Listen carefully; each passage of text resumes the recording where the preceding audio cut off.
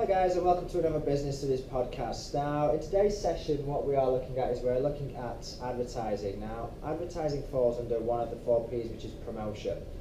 Before we get started on this, guys, I have flipped through these slides a little bit.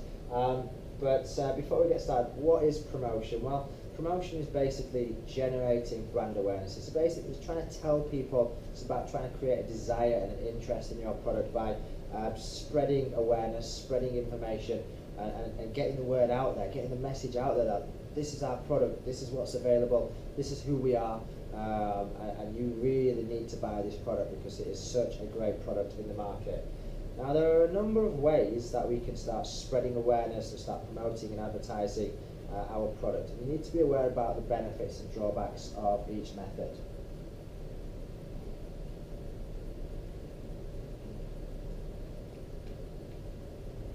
Okay, TV, I guess, is probably one of the most well-known methods of promotion.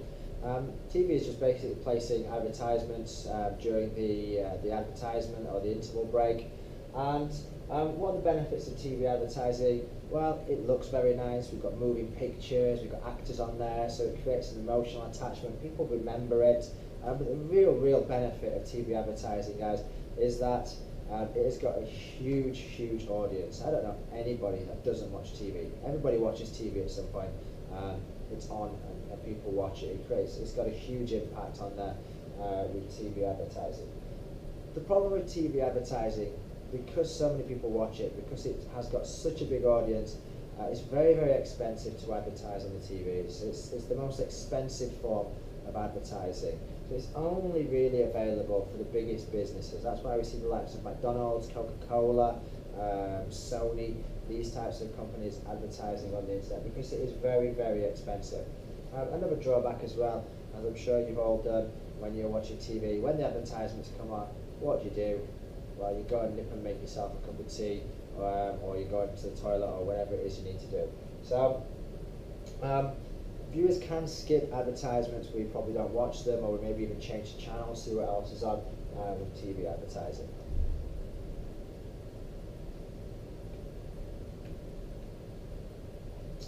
Okay, with press advertising, so this is the printing press, so this is things like newspapers, magazines. With these, we can target specific groups of customers. If you think about it, certain newspapers are read by certain people, certain magazines are read by certain people. If we think about Top Gear magazine, who would read that? More than likely going to be males who are reading Top Gear magazine. If it's some sort of beauty style magazine, then that's more likely going to be females. And if it's cartoony kind of magazine, that would be more aimed towards children. So we can target specific customers with our press media. Another example might be if you're advertising in a yachting magazine or a sailing magazine, that would be targeting high-income, richer people. The real benefit of using this method, using the printing press, so magazines, is the advertisements can be kept. So if we like an advertisement or like a magazine, we keep it, we come back at it, and there is colour available. The drawbacks being, well, it's just paper. There's no moving images there. There's no fancy graphics or actors there. So it's not as dramatic. It doesn't have as high impact as TV advertising. It's not as memorable. You tend to forget an advertisement you've seen in the paper. Whereas advertisements on TV, like the examples I've shown you in class, where Cadbury's and we've got the gorilla drumming, people talk about TV advertising. It's got a huge impact. And newspapers and things like that can mainly be read by older people.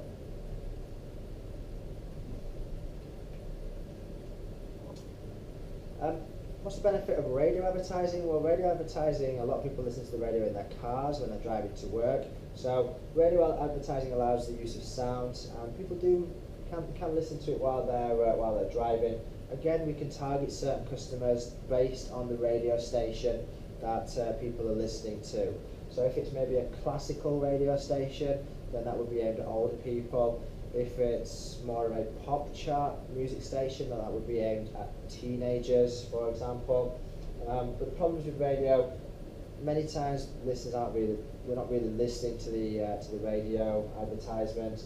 There are no visuals, it's only auditory, we're only listening to it, unlike newspapers and TV, so it is only sound. And we can also skip the station as well when the advertisements come on.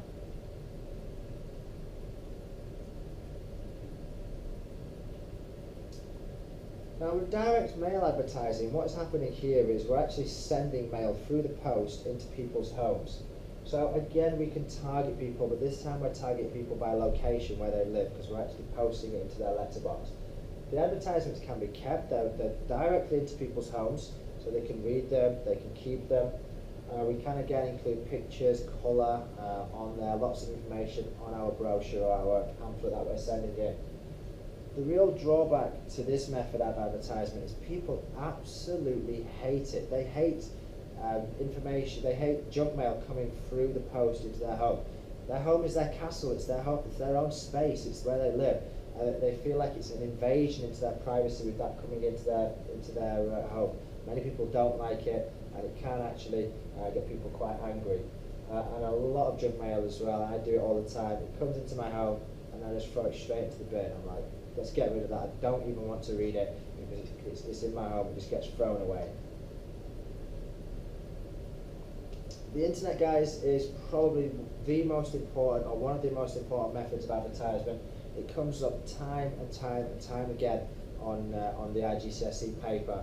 Now the benefits and drawbacks to the internet, and social media is, as well, is included in this. I think I have a slide next on that. So the advantages of internet, well, it's called WWW, it's the World Wide Web. So it's worldwide, we've got worldwide coverage. I mean, what method of advertisement allows you to cover the entire world?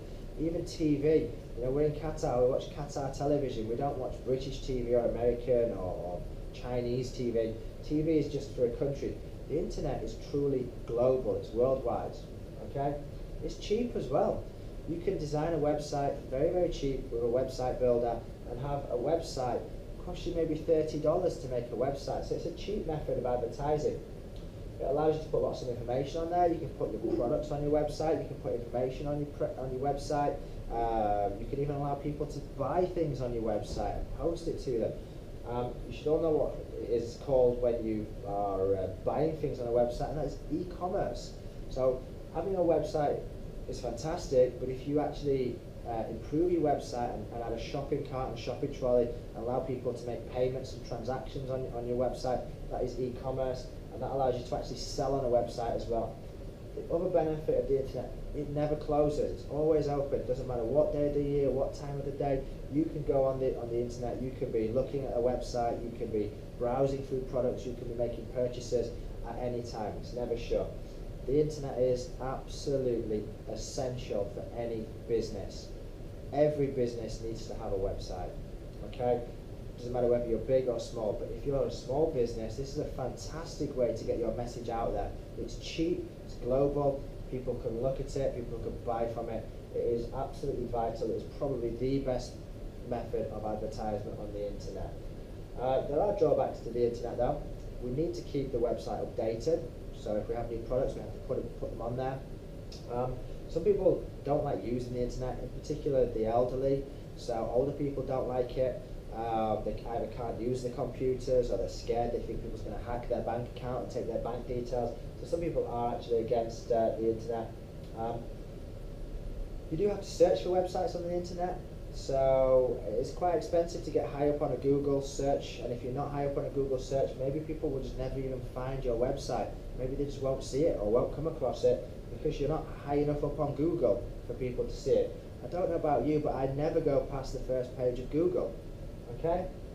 Advertisements can be ignored on the internet as well. People just ignore them. How many times do you click on advertisements? I never do. I just ignore them. And lastly, with the internet, there is no personal communication with us as customer service people. Social media is one of the huge methods of advertisement now, and it's something that you guys and everybody knows very, very well now. It's becoming one of the biggest methods of advertisement, and this is advertising on places like Twitter and Facebook, and putting advertisements on there. Now, what does Facebook know about you? What does Facebook know about you? This is quite scary because Facebook knows everything about you.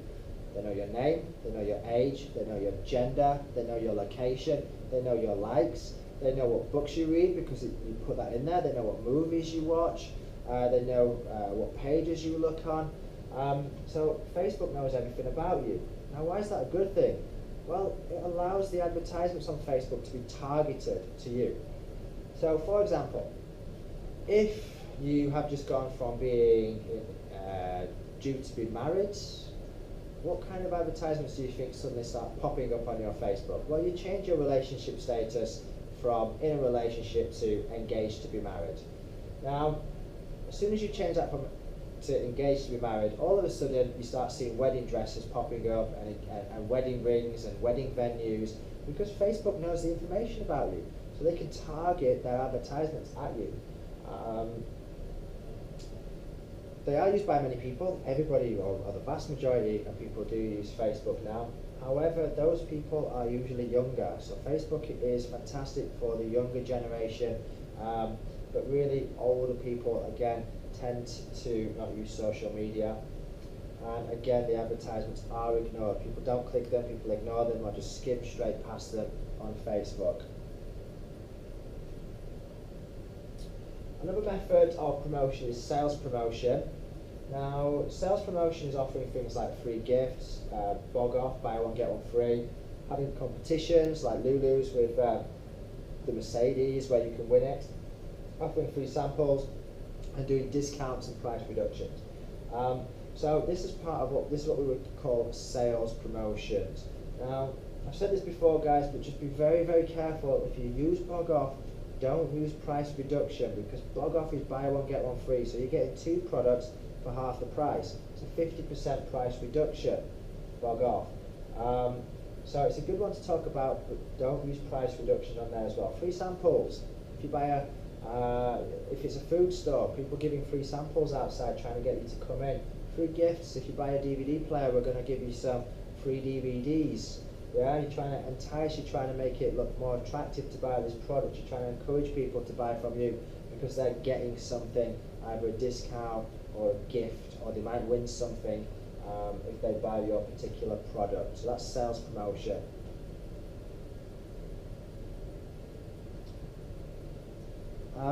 Just be careful, guys, with sales promotion. So the benefit and drawback of sales promotion, well, it encourages people to buy the product because they're either getting something free or it's cheaper.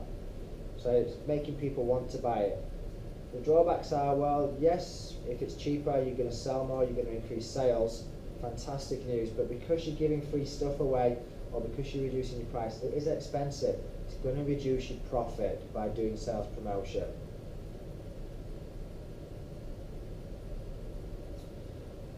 Okay, guys, so that's all I'm going to include in this podcast. I hope you find that useful, and I'll see you next time.